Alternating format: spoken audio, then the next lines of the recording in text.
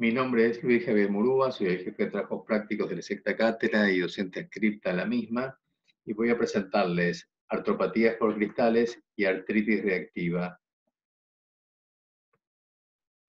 Se definen a las artropatías por cristales como las enfermedades relacionadas al depósito y en ocasiones a la liberación de cristales en el ambiente articular y o extraarticular. Los cristales que más comúnmente representan el argumento de esta artropatía son el urato monosódico, el pirofosfato de calcio, la hidroxiapatita y el oxalato de calcio.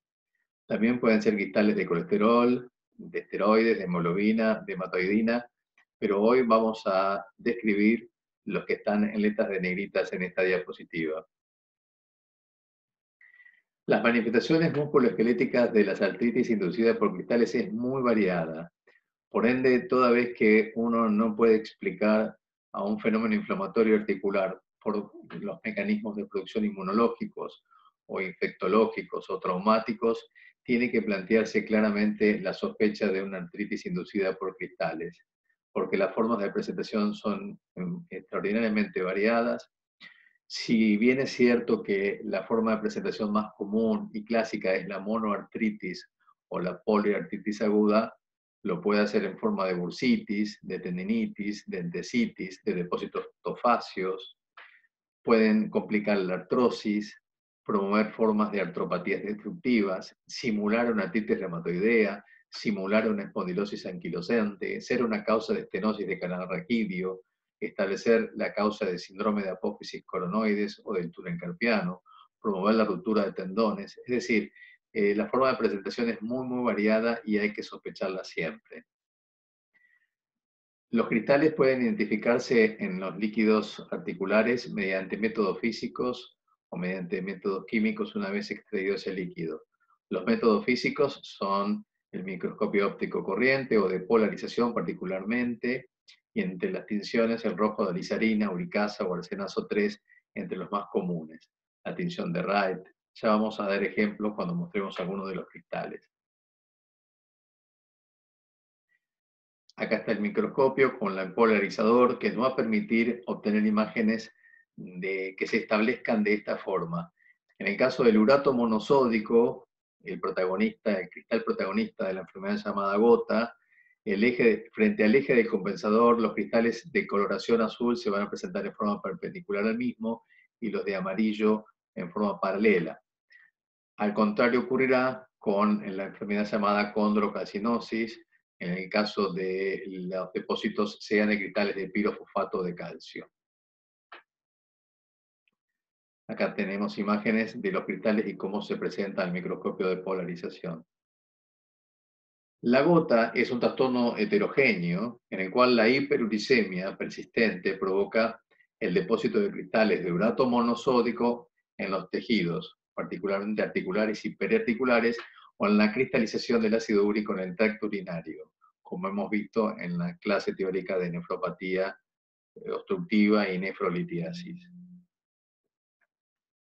La epidemiología de la gota es una enfermedad que predomina en varones, tiene un pico de incidencia en la adolescencia o en mujeres premenopáusicas, tiene una prevalencia de 13,6 por cada 1000 en varones y 6,4 por cada 1000 en mujeres, y puede advertirse que la hiperuricemia está presente muy comúnmente en la población hasta en porcentajes del 5% y en forma asintomática, sin representación de enfermedad por cálculos ni tampoco por la promoción de la enfermedad articular.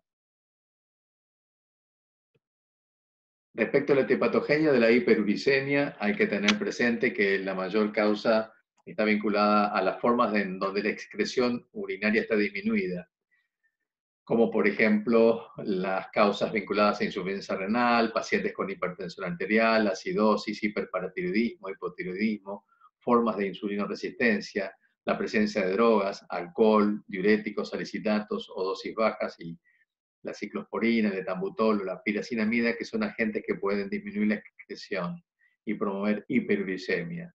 Hay formas idiopáticas cuando no se explican a través de ninguna de estas causas. Y con respecto a causas de sobreproducción, el déficit de hipoxina, guanina, fosforibosil transferasa, o la hiperactividad de la 5-fosforibosil 1-pirofosfato sintetasa, así como la deficiencia de glucosa 6-fosfatasa, son argumentos enzimáticos que explican la promoción de la hiperproducción de ácido úrico.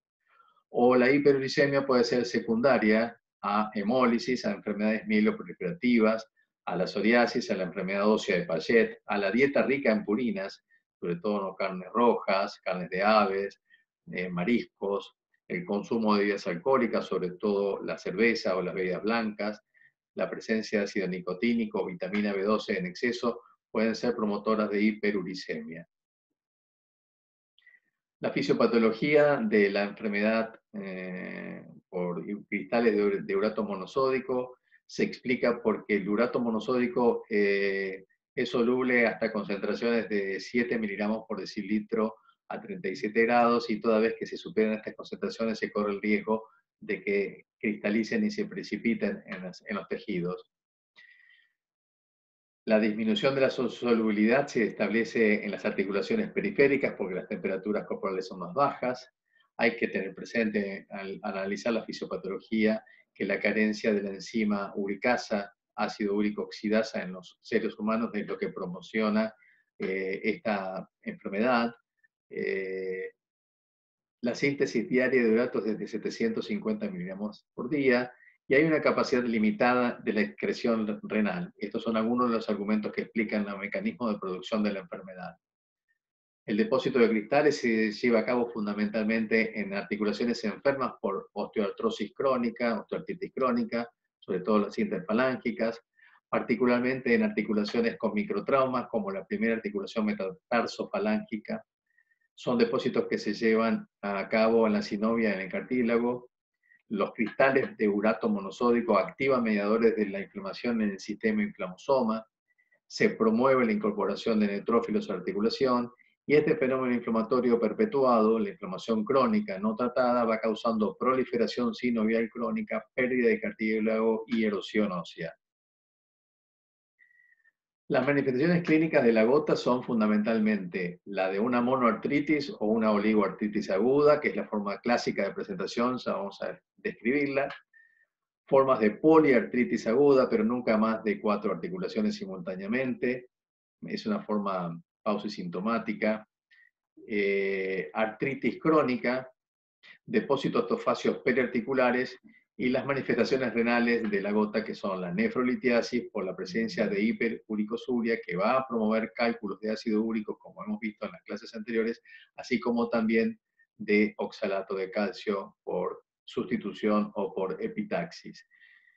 Y finalmente la nefropatía por uratos, que es el depósito de cristales de ácido úrico en los túbulos renales y la promoción de insuficiencia renal secundaria. El 15% de los pacientes hiperuricémicos tendrá ataques agudos al cabo de 10 a 12 años. El 25% de estos tendrá más de un ataque. La primera articulación metatarsofalángica está afectada en el 80% de los casos. La litiasis renal precede a los ataques en un 10 o un 40% de las veces. La gota se asocia habitualmente en forma positiva con la obesidad, la hipertensión arterial, la hipertrigliceridemia, diabetes, alcoholismo, vasculopatías, síndrome metabólico X, hipotiroidismo. Y en cambio, usualmente no está presente asociada a artritis reumatoidea o a lupus, por ejemplo. El episodio agudo de gota es un dolor intenso de aparición rápida en menos de 24 horas en articulaciones típicas como la primera articulación metatarsofalángica, acompañado de enrojecimiento de la piel y edema, eritema y edema. A este conjunto de signos se los llama podagra. Hay que establecer el diagnóstico diferencial con otras atropatías cristálicas causadas, por ejemplo, por pirofosfato o por hidroxiapatita, aunque esto es menos frecuente. La artritis séptica, a la inflamación de la osteoartritis, artritis inflamatoria, artritis reumatoidea, síndrome de Reiter, espondilosis anquilopocética, fracturas por estrés mecánico o bursitis del hallux. El diagnóstico de gota se lleva a cabo por la presencia de cristales de urato monosódico en el líquido articular y la demostración de los mismos en los tofos por métodos químicos o examen con microscopía óptica y de luz polarizada. También podemos hacer el diagnóstico usualmente en forma clínica, sin recurrir a la valoración del líquido, y es usualmente lo que suele ocurrir, pensando en que tenemos que considerar el diagnóstico de gota toda vez que hace una presencia de 6 de los siguientes 12 criterios. Más de una crisis de artritis aguda, pacientes que tienen una inflamación máxima aparecida en menos de 24 horas, crisis de artritis monoarticular, presencia de eritema articular con descamación de la piel, dolor o tumefacción en la primera articulación metatarsofalángica, crisis unilateral con afectación de la primera articulación metatarsofalángica, crisis unilateral con afectación de la articulación del tarso, sospecha de tofo o tofo confirmado, la presencia de hiperuricemia, tumefacción asimétrica como signo radiológico, quistes subcorticales sin erosiones al examen radiológico y el cultivo negativo de líquido articular durante la crisis de inflamación articular que descarte la artritis séptica. Estas son imágenes de la podagra, donde se ve claramente la inflamación de la primera articulación metatarsofalángica. En este caso también está comprometido el tobillo. Es muy evidente este fenómeno inflamatorio. El paciente se queja de un intensísimo dolor, llega a no tolerar el peso de las sábanas. Acá está la inflamación y, como les comentaba anteriormente, es muy característica la descamación de la piel en la piel inflamada en la vecindad del compromiso articular. La gotatofasia crónica es el depósito, en cambio, en estructuras articulares o en el hélix de la oreja de tofos, de uratos monosódicos, en forma crónica, no en forma aguda, y estos son ejemplos o imágenes de las mismas.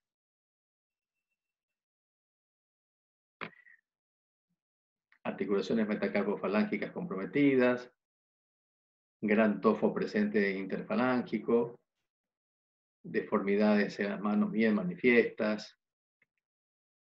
Aquí están los depósitos de urato monosódico, en el codo, en el hélix de la oreja, las manos, en articulaciones previamente comprometidas por osteoartritis crónica.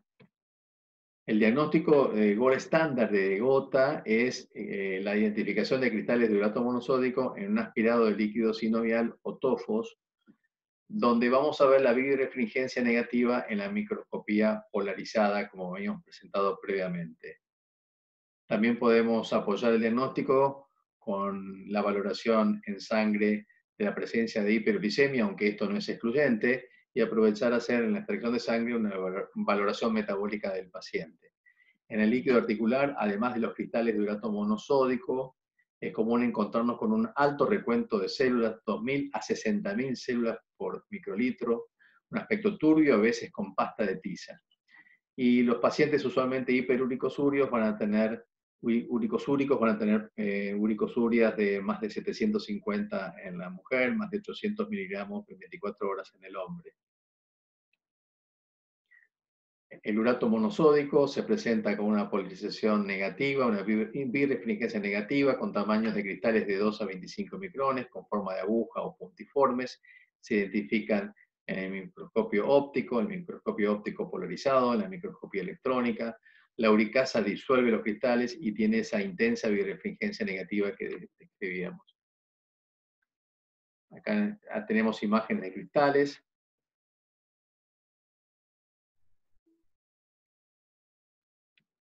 Y las lesiones óseas con desplazamientos articulares, subluxaciones articulares, erosiones, quistes subcondrales, afectaciones obviamente también de partes blandas. Acá tenemos las lesiones en la epífisis de esta falange bien definida, destrucciones articulares manifiestas. Esta articulación primera metatarsofalángica muy comprometida, quistes subcondrales, erosiones óseas, tumefacción de partes blandas y destrucción articular. La ecografía también puede ser útil y en esta, por ejemplo, vemos en los depósitos ecográficos marcados por la flecha blanca la presencia de un engrosamiento sinovial con depósitos hiperecogénicos y en esta doble banda o doble contorno que muestra la flecha amarilla, un signo bastante característico que representa el depósito de cristales sobre la superficie del cartílago articular. Dejando de lado a la gota, pasamos a mencionar otra enfermedad por depósitos de cristales, que es la de pirofosfato cálcico o condrocalcinosis, que a diferencia de la gota, que es más prevalente en hombres jóvenes o en mujeres posmenopáusicas, esta en cambio es frecuente en ancianos mayores a 80 años, afecta al 10 al 15% de los mayores de 75 años y entre el 30 al 60% de mayores de 85 años. Son alteraciones bioquímicas vinculadas al envejecimiento que facilitan la nucleación de los cristales y las articulaciones más afectadas son la rodilla, muñecas, hombros, tobillos, codos y manos, no la primera articulación metatarsofalángica ni el tarso como en el caso de la gota.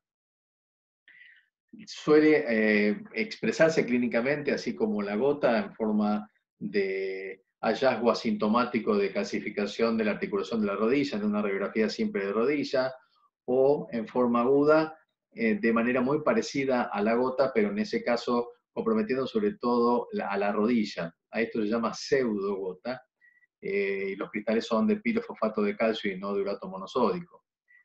Puede ser de forma aguda, subaguda o crónica. La sinovitis aguda añadida a lesiones articulares crónicas van a ser una forma de expresión.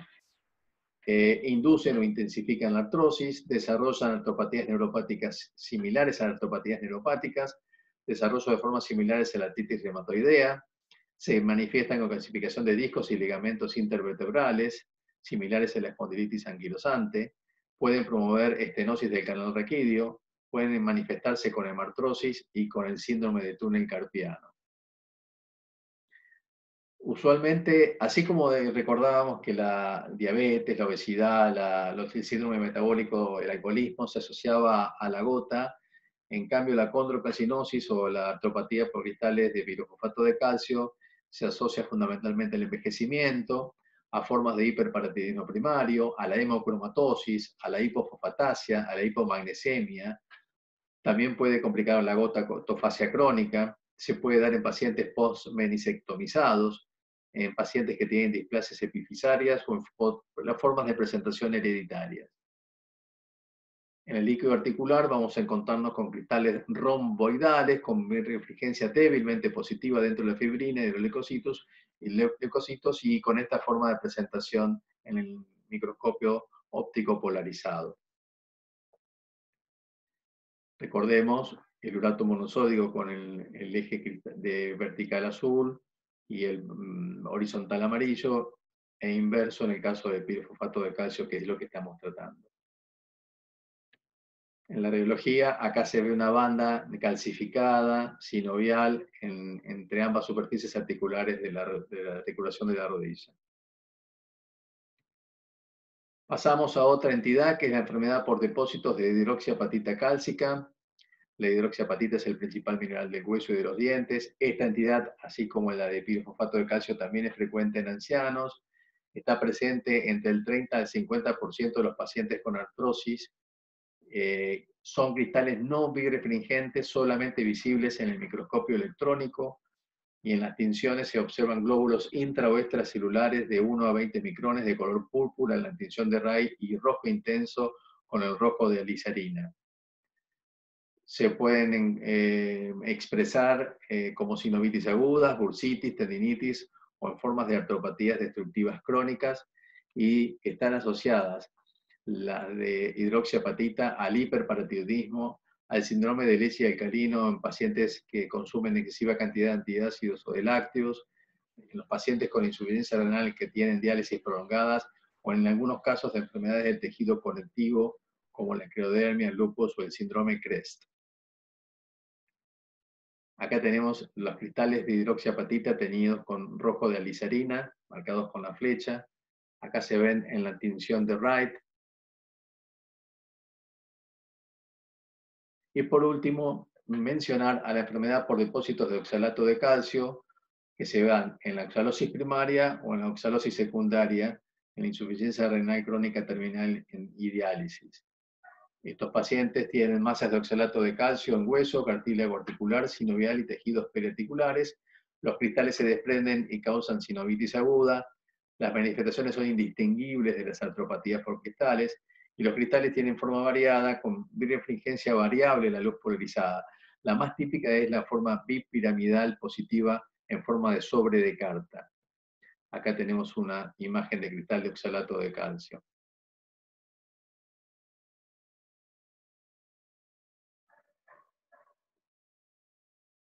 Con esto damos por terminado la descripción de las artropatías por cristales y finalmente, para terminar la clase, describir el concepto de las llamadas artritis reactivas. Las artritis reactivas son artritis asépticas que están mediadas por mecanismos inmunológicos en un huésped genéticamente susceptible y secundaria a una infección extraarticular, habitualmente gastrointestinal por salmonella, yersinia, shigella, campylobacter o genitourinaria clamidia trachomatis. Entonces, los conceptos más importantes es una inflamación aséptica, inmunomediada, en un huésped genéticamente susceptible y secundaria a una infección extraarticular. Las manifestaciones clínicas es la que después de la infección, 1 a 3 semanas posteriores, se desarrolla artritis. La población genéticamente susceptible es la portadora de patrón HLA-B27. Se presentan formas de oligoartritis asimétrica, predominantemente en miembros inferiores o en la articulación sacroilíaca, con entesitis o inflamación tendinosa en la inserción ósea y los dedos en salchicha o la dactilitis. Las manifestaciones extraarticulares de estas artritis reactivas son la uretritis, la conjuntivitis y algunas lesiones mucocutáneas. Esta tríada constituye lo que se llama el síndrome de Reiter. Acá tenemos imágenes cutáneas de lo que se llama queratoderma benorrágico, que es una forma de compromiso cutáneo de las artritis que acompaña a la artritis reactiva, y las conjuntivitis o las balanitis circinada. Muy bien, con esto damos por terminada la presentación de las clases de artropatías conquistales y artritis reactiva. Espero que estén bien, les mando un saludo para todos. Gracias.